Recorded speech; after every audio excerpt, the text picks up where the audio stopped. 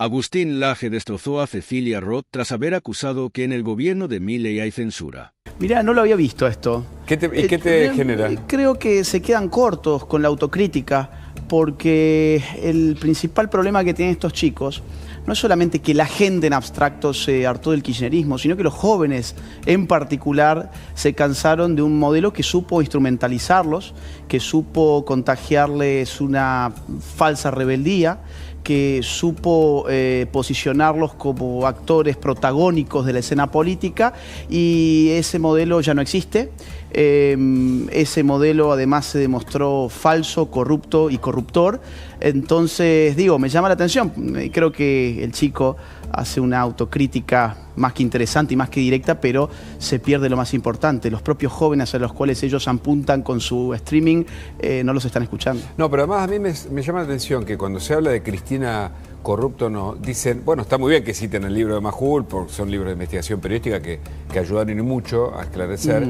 Pero no hablan de los hechos judiciales, por ejemplo, ¿no? No. Bueno, hay otro episodio en otro streaming donde otra militante similar decía que en realidad para ella era funcional la corrupción, que ella entendía que la corrupción era virtuosa porque ponía en marcha todo el engranaje de la obra pública y que eso era virtuoso políticamente. Yo creo que les han destrozado la cabeza, pero afortunadamente, insisto, hoy son minoría. Porque el kirchnerismo sufrió los embates de la ideología woke. Es decir, hubo una época en la que los kirchneristas se asumían como el Partido Nacional y Popular de la Argentina. Tomaban ese término de la filosofía gramsciana. Somos los nacionales y populares. Y esa época pasó. Ahora ellos desde hace algunos tiempos han apuntado ya no al pueblo, sino a las minorías. Y han cambiado a su sujeto político. Hoy el Partido Nacional y Popular en la Argentina es el de Javier Milei, que llega transversalmente a todas las capas sociales, desde las altas hasta las bajas, que está llegando a jóvenes, a adultos, incluso cada vez más gente grande, en la que al inicio había cierta resistencia, está llegando cada vez más a mujeres, con datos clarísimos que parecían impensables hace apenas un año. Por ejemplo, ver que este gobierno, o que en el marco de este gobierno, los femicidios caigan cerca de un 20% respecto de las gestiones kirchneristas, bueno, tiran por la borda una serie de relatos que estaban en el corazón del kirchnerismo. Ahora, vos decís que ahora el Partido Nacional y Popular, digamos. Sí, Nacional y Popular. Nacional y Popular. ¿Y eso implica, digamos, incluye el populismo como efecto? No, el populismo no sé si es negativo en sí mismo, ¿no? O sí por lo demagógico en un punto. Yo lo voy a hablar desde la filosofía política. Sí, porque sos politólogo, claro. Sí, y aparte me dedico a esa rama. Quien mejor ha definido el populismo es Ernesto Laclau. Perfecto. El intelectual de los kirchneristas. O sea, vamos a darles un punto, gran filósofo político. Correcto. Ahora, Ernesto Laclau marca algo que es muy importante, que es que el populismo no es una ideología política, sino un estilo del discurso político, que va anudando, va concatenando sujetos que están dispersos en la sociedad. Simbólicos, para nominarlos a la postre como el pueblo. Interpelamos a ese sujeto necesario para la democracia, pero ausente materialmente, que es el sujeto popular, que está en la propia palabra democracia. Es interesante, porque eso sería como la hegemonía gramsciana, que de algún modo... Exacto. A ver, ha logrado lo que logró, es decir, una población pobre, absolutamente empobrecida desde el punto de vista material, llena de símbolos que los nuclea, pero que ahora tampoco les alcanza. Exacto, sus cadenas equivalenciales, sería esto técnicamente, están todas rotas por todas partes. Entonces, en un momento cuando ellos lograron constituir al sujeto popular en la Argentina, fue la época del vamos por todos, el 2011, el 54%, era muy difícil oponerse a eso. En este momento... el pueblo ya no se deja interpelar por ellos, porque ellos se han mostrado como antipueblo bajo el concepto de casta. Quien entonces le arrebata al sujeto popular es Javier Milei. No el macrismo, porque el macrismo era meramente institucionalista, no tenía discurso político como tal, tenía discurso de gestión política, pero no discurso político en clave ideológica. Si el populismo no es una ideología, sino es una forma del discurso político, entonces puede haber tanto por izquierda como por derecha populismos. El punto es, ¿a qué le llamamos pueblo? El kirchnerismo le llamaba pueblo a delincuentes, feministas, abortistas, gente que vivía de por vida de planes sociales. Cuando hablamos de Nisman y de la AMI, hablamos de alianza, dijo el fiscal Nisman, con el terrorismo, el encubrimiento a través del pacto con Irán, de los que volaron la AMIA, ¿no? Y no solamente los simpatía con el terrorismo. Y no solamente los terroristas extranjeros, sino también los terroristas locales, montoneros, los resabios del ERP, toda esa gente estaba dentro de ese conglomerado que llamaba pueblo el kirchnerismo. Ahora, ¿qué hace el mileísmo? Mileísmo interpela a otro pueblo, el pueblo que labura, que paga impuestos, que es buen vecino, que quiere mantener a su familia, que tiene ánimos de superarse, porque al final del día las pasiones políticas son fundamentales, esto lo sabían bien los filósofos políticos del siglo XVIII. Nosotros nos olvidamos de la pasión como forma de expresión de la naturaleza humana, pero ellos lo tenían muy claro. Yo puedo jugar con las pasiones humanas. Las izquierdas suelen jugar, por ejemplo, con la pasión de la envidia. La envidia me puede carcomer por dentro y al envidioso le calza muy bien un discurso que le explica todas sus frustraciones en virtud de factores externos que no hacen a su responsabilidad individual. Así las cosas, por ejemplo, si yo tengo un mal momento en mi vida, será culpa del rico, será culpa del hombre, será culpa del heterosexual, será culpa del blanco, será culpa de aquel que es eurocéntrico, según el tipo de sujeto al que yo quiero interpelar. En cambio, por derecha se apela a otra pasión, que es la pasión de la autosuperación. Yo le quiero decir a esa persona, es cierto, hay condicionamientos sociales, es cierto, las realidades no son siempre las mejores, pero vos podés salir adelante si haces las cosas bien y tenés que competir en primer lugar contra vos mismo. Qué interesante, ¿eh? La verdad que es lindo porque también es teórico. Y te quiero preguntar ahora sobre la narrativa mileísta, pero antes ya hablamos de Gramsci, bueno, hablamos un poco de teoría, pero hablemos de la práctica. La industria cultural de algún modo sufre algunos embates, o al menos Cecilia Roth como protagonista, y después vamos a poner un posteo tuyo también, decía esto de lo que pasa con el mileísmo según su visión. Mirá. En democracia se puede hablar de lo que uno piensa que es lo propio, ¿no? Yo lo quiero tomar así, con lo cual siento que, bueno, sabemos, yo no sé cómo es la respuesta en general de cómo actúa esta especie de, no sé cómo decirlo, de granja de odiadores. Sí. Y que, bueno, que a lo mejor lo que yo digo no nos gusta y bueno, se reacciona de una manera que yo ya conozco. Granjas de odiadores, dice Cecilia Roth. Sí, ella acusó también de censura, lo cual es un disparate. Claro. Lo que pasa es que la ¿Vos estarías dentro de la granja esa, según ella? Mirá, bueno, qué sé yo.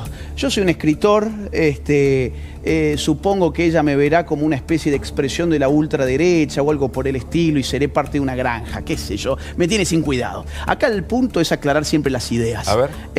Ella acusa que hay censura, así como muchos otros actores que han vivido del Estado, Lali Espósito, entre otros, acusan de que habría una censura. En realidad, la censura es un acto de agresión contra un derecho llamado libertad de expresión. El acto de la censura, por su propia índole, busca impedir que el otro se exprese con libertad y para eso lo puede lograr de varias formas. O te amenazo físicamente, o te lastimo físicamente, o expropio los medios materiales con los cuales vos te expresás.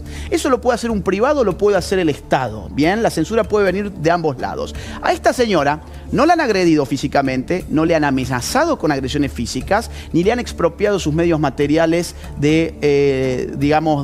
con los cuales expresa sus ideas artísticas. De hecho, que esté denunciando censura en todos los medios de comunicación es una prueba de que no hay censura.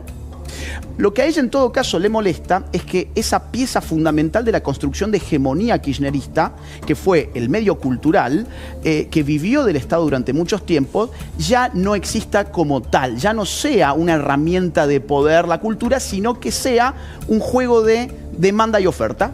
Si uno culturalmente vende algo que gusta al público, pues tendrá éxito. Si vende algo que no gusta al público, pues fracasará. Usar una palabra de Marx y de mercancía, digamos, producción de mercancía de intercambio. Sí, porque ¿cuál es la alternativa a que la cultura sea una mercancía? Que la cultura sea el producto de la política. No hay otra alternativa. O vos subsistís vendiendo en el mercado y te habla un productor de cultura. Claro. Yo soy escritor, tengo 6 libros publicados. Yo nunca recibí ni un solo subsidio, tampoco lo haría, jamás le pedía nada a nadie, y el día en que mis libros dejen de vender, pues tendré que dedicarme a otra cosa. Yo no pienso pedirle a un pobre que no puede llegar a fin de mes que esté pagando impuestos para financiar mi sueño personal de ser escritor. Entonces, es decir, el Estado como ¿no? que le saca uno y le da otro, que es un poco lo que se plantea en la actualidad. Sí, y que hay que decir cómo se lo saca. Se lo saca a través de un acto de violencia organizada. Es decir, cuando hablamos de impuestos, que al final del día es la forma que el Estado se mantiene financieramente, estamos hablando de una agresión contra la sociedad civil. Y uno puede ser más o menos agresivo. Ser agresivo para mantener los sueños de la señora Roth, ser agresivo contra los que menos tienen, es un acto de barbarie organizada. Y lo más curioso de todos es que la ideología oficial de antaño nos aseguraba que esta gente era solidaria. No. El artista solidario es aquel que dice: no me den subsidios, lo que yo produzco es suficientemente bueno como para que la gente voluntariamente quiera obtener mis productos culturales. Ahora vamos a ver tu respuesta formal a Roth, que decía esto, porque ella insiste con el tema de la censura. A ver. Yo creo que el gobierno está censurando, pero ni hablar que está censurando. Estoy segura, o sea, lo sé, lo veo, lo siento, lo conozco. No se puede hablar sobre la dictadura cívico-militar, no se puede hablar de género en cine, no se puede hablar de cambio climático y no puede haber ninguna película en la que aparezca Lali Espósito, ni en un personaje pequeño. Eso no se puede ver, o sea, de las películas ya hechas, no se puede ver en ningún lugar público, quiero decir, escuelas públicas, universidades, organismos públicos, no se pueden proyectar películas que tengan estas 4 censuras. Agustín. Está tomando a la gente de idiota, directamente, te lo digo así. ¿Por qué? Porque lo que a ella le molesta no es que no se pueda hablar de género, porque sí que se puede hablar de género. Lo que a ella le molesta es que ahora se puede hablar en contra de la ideología de género. Es decir, que tengamos más de una alternativa, porque cuando no tenés una sola alternativa no tenés libertad. Tenés que tener por lo menos 2 opciones. Y ahora tenés la opción de decir: che, esta paparruchada de que mi autopercepción determina mi identidad sexual es una estupidez que no se sostiene. No se puede sostener. Eso es lo que le molesta, no la censura. Porque no hay censura para decir que la autopercepción sí determina tu identidad sexual. Por otro lado, no es que le moleste que no se pueda hablar de cambio climático. Lo que le molesta es que haya gente que dice que el cambio climático no tiene raíces antropogénicas, que es muy distinto. O sea, que haya más de una sola voz. Y lo que le molesta no es que no se puedan ver las películas donde aparece Lali Espósito, porque cualquiera puede ir al cine a comprarle el tiquete o verlas en su computadora o en su TV. Lo que le molesta en todo caso es que Lali Espósito ya no reciba las sumas multimillonarias de parte de la casta política para desempeñar sus actividades artísticas. Eso es lo que le molesta y la gente lo sabe. Nadie puede seriamente sostener que en la Argentina hay censura cuando la libertad de expresión está totalmente garantizada. Que te quiten el subsidio en realidad es devolverle libertad a la gente, porque cuanto más subsidio un sector, más le tengo que quitar al otro. Creo que hay un posteo, ¿no? Que cuando comenzó con este debate vos pusiste, a ver si lo tenemos. Sí, es un poco largo. Sí, veamos aunque sea un párrafo, solamente como para, ya que pusimos 2 declaraciones de Cecilia Roth, vos pones: los desvaríos de Cecilia Roth. En un rato de insólito desquicio, la actriz acusó a Milei de censura. El gobierno está censurando, lo sé, lo veo, lo siento. No se puede hablar sobre dictadura, ni de género, ni de cambio climático, y no se puede ver ninguna película en la que aparezca Lali Espósito. Es increíble. Bueno, esto es lo que dijo recién Cecilia Roth, y vos después decís: siempre es divertido constatar que la realidad más palpable es exactamente la opuesta a la que la casta, en este caso la casta cultural, cree interpretar. Aquello que no la ven ha venido a poner de manifiesto en lenguaje coloquial los efectos de la abrumadora alienación que sufren los sectores adictos al partido del Estado. ¿Cómo es esto? Bueno, el Partido del Estado es un conglomerado de sectores que han sido beneficiados injustamente por los aparatos políticos estatales. la cultura, como decíamos, ha sido un sector que no ha jugado de manera limpia, no ha jugado con las mismas reglas con las que juega un verdulero, un carnicero, una persona que vende algún bien que, como no es considerado un bien de alta cultura, claro, entonces no merecen subsidios. Porque además habría que explicar que el concepto de cultura elitista no funciona. El verdulero probablemente produzca tanta cultura como cualquier, digamos, persona que... Lo que pasa es que acá nos referíamos a un tipo de producción de bien cultural. Exactamente. Como se llama entre comillas, ¿no? Un bien cultural, pero que aparte, a ver, es que también acá hay una cuestión que hay que entender. ¿Por qué el ámbito de la cultura tiende a la izquierda en prácticamente todo Occidente? ¿Por qué? Porque le cuesta mucho vender sus productos en el mercado. Entonces, esas personas salen de sus universidades con grandes ínfulas, un filósofo, por ejemplo, ¿no? Un experto en bellas artes, salen diciendo, ¡qué genio que soy! Pero ocurre que después me subo a mi autito y es un autito muy humilde. Yo tengo un auto muy humilde como escritor. Yo ando en un Clio del año 2010 más o menos, pero no me resiento con eso. Pero estos tipos... ¿Una tesis sobre filosofía política? Sí. Yo estudio en España una tesis doctoral. Entonces, ¿qué pasa con estos tipos? Dicen, che, el verdulero, mirá lo bien que le va económicamente. Y yo, que soy un genio de la filosofía, no vivo esas condiciones materiales. ¿Por qué? Porque hay injusticia. El Estado me tiene que pagar a mí lo que la sociedad no me quiere retribuir libremente. Entonces, evidentemente, al final es una decisión que más que ideológica es económica. Voy a apoyar un sistema estatista porque dependo materialmente de que esos políticos inflen el Estado. Estaba pensando en Sabina, que dijo que la izquierda lo decepcionó, como tantos otros que descubren que todo lo que la izquierda prometía durante el siglo pasado y que genera una posmodernidad revulsiva, como si el sistema anterior se hubiera agotado, bueno, se da cuenta, ¿no? Como se dice ahora, la ve, ¿no? En el sentido de vio la luz o entendió. Había, digamos, el romanticismo del mundo justo que promete la izquierda, ¿fracasó? Fracasó la izquierda que luchaba por las clases bajas. La izquierda era un proyecto concebido para levantar a las clases desfavorecidas de la sociedad. Y muy rápidamente uno empezó a constatar que en los lugares donde triunfaba la izquierda la gente se empobrecía cada vez más y esa gente al final, como no podía votar, empezaba a votar con los pies. Ya no votaba con las manos, empezaba a votar con los pies. Los cubanos iban a la Florida, los venezolanos generaron una diáspora de 8 millones que ya viven fuera de Venezuela y se espera 4, 5, 6 millones más después de lo del 10 de enero.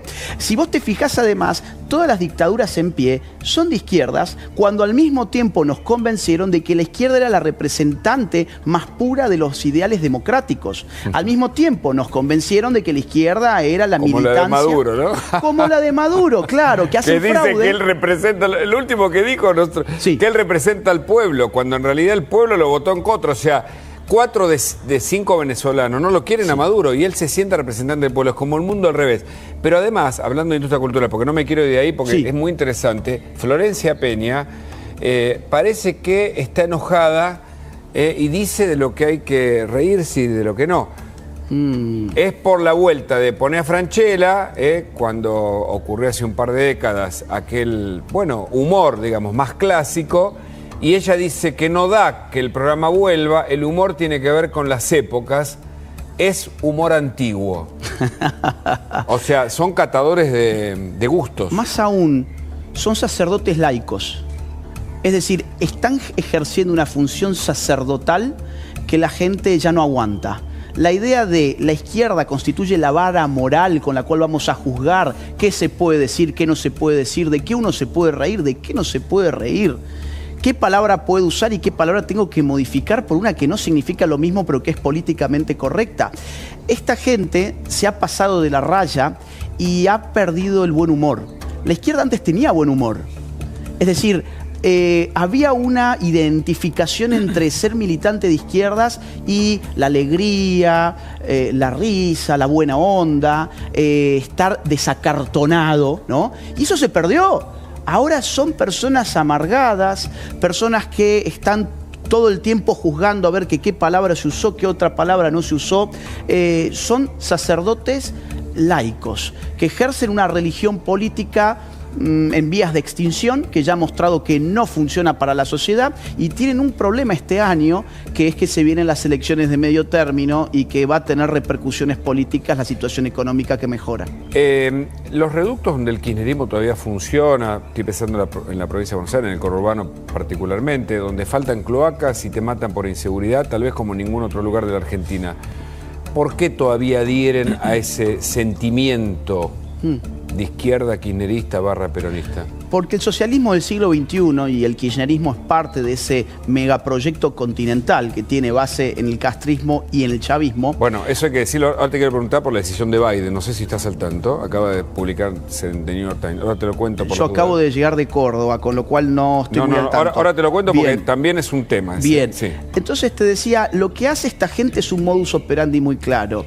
Es decir, cooptan al ciudadano con las dádivas del Estado y genera un sistema económico que lo va empobreciendo cada vez más, y eso lo hace más adicto al estatismo. Es un círculo vicioso. Cuanto más te empobrezco, más Estado te ofrezco, pero cuanto más Estado te ofrezco, más te empobrezco. Entonces, si eso yo lo combino con un proceso de, digamos, de idiotización, de generar ciudadanos que, bueno, por sus condiciones, que yo no las voy a juzgar moralmente, pero sí políticamente, son personas que al final del día están dispuestas a votar por cualquiera que le dé al cortísimo plazo alguna satisfacción menor, pues entonces tenés al reo político perfecto. Eso es lo que hicieron en todos los países donde gobernaron, y en Argentina la tuvieron más complicada por la fortaleza de su clase media, que nunca llegó a caer en esa rueda tan nefasta. En el escenario mundial quedan, por supuesto, dictaduras, quedan tiranías. La de Venezuela es una muy concreta, apoyada y sostenida por la de Cuba. Sí. Y por China y por Rusia. Y por China y por Rusia. Y por los negocios que hay detrás. Acaban de publicarse en el New York Times una decisión del presidente Biden, a punto de irse del gobierno, que le saca el mote de propiciador del terrorismo al régimen cubano, ¿no, Jan? Y esto demuestra que es un revés para quienes están peleando porque vuelva la democracia en Venezuela. Ahora, ¿hay un escenario entonces internacional? Sí, a ver, en todos lados se está verificando que la contradicción derecha-izquierda está más viva que nunca, que el centrismo está en un proceso de crisis, y en esa clave el Partido Republicano y el Partido Demócrata, que antes en la mayoría de los temas estaban más o menos a favor, eran centro-izquierda, centro-derecha, ahora se han radicalizado cada uno para su lado. Tenemos una derecha muy clara con Trump y tenemos una izquierda muy clara con Biden y luego con Harris. Me interesa.